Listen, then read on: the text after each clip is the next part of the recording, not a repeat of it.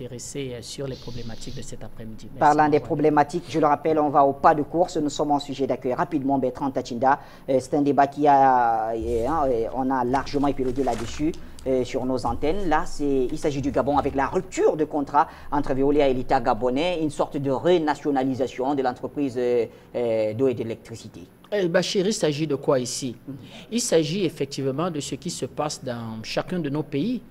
C'est-à-dire que des groupes français qui sont arrivés au cours des années 90, Veolia va arriver au Gabon en 1997, c'est-à-dire 4-5 ans après des dévaluations, soutenus par la Banque mondiale et qui ne respectent rien, à la seule garantie qu'ils sont des groupes français. Donc, vous avez des gens qui ne respectent pas de cahier de charges, qui n'ont aucun plan d'investissement, qui n'ont aucun plan stratégique, qui souvent même vous présentent des garanties financières rédigées à Paris avec leurs copains qui sont les directeurs généraux de BNP Paribas de la Société Générale, produisent à nos États et disent voilà les garanties financières que nous avons et après vous ne voyez rien.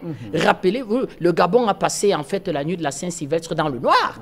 Or, Veolia, c'est un grand groupe. Veolia a, quel a été le bilan financier de Veolia en 2016? 25 milliards d'euros dans le monde. C'est un groupe qui pèse 25 milliards d'euros et qui fait 1 milliard d'euros de chiffre d'affaires en Afrique.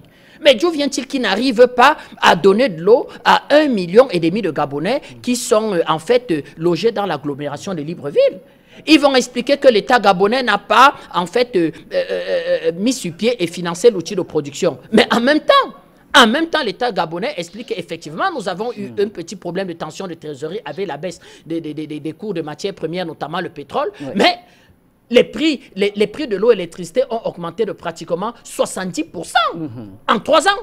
Donc, vous voyez, ils ont tous les mêmes pratiques. Ils arrivent, ils ont des concessions qui sont signées, ils n'investissent pas, ils forcent l'État à augmenter les prix. Cette augmentation de prix asphyxie totalement les populations. Et en fin d'année, qu'est-ce qui se trouve? Quand ils font des bénéfices, ils vont le distribuer à Paris sous forme de dividendes. Rien du tout. Donc, l'État du Gabon a dit terminer cette histoire. Il y aura un comité ad hoc qui va gérer en quelque sorte l'entreprise pendant 1 an, le temps de restructurer cette histoire et d'être géré en fait par l'État gabonais. Alors, quand on sait le poids de Veolia et aussi son importance au niveau de l'État français, est-ce que cela ne créerait pas à court ou à moyen terme, je ne sais pas, des petits soucis au président Ali Bongo dans ses relations avec la France? Eh bien, le Bongo n'a rien à y voir. C'est-à-dire qu'il a fait juste l'application du contrat. C'est-à-dire que l'application du contrat était claire. C'est-à-dire en cas de défaillance, l'État reversait cette histoire dans son patrimoine. C'est-à-dire que, et de fait, la concession était cassée. C'est-à-dire c'est des petits articles juridiques qui existent dans tous les contrats. C'est-à-dire que vous signez un contrat de concession avec l'État.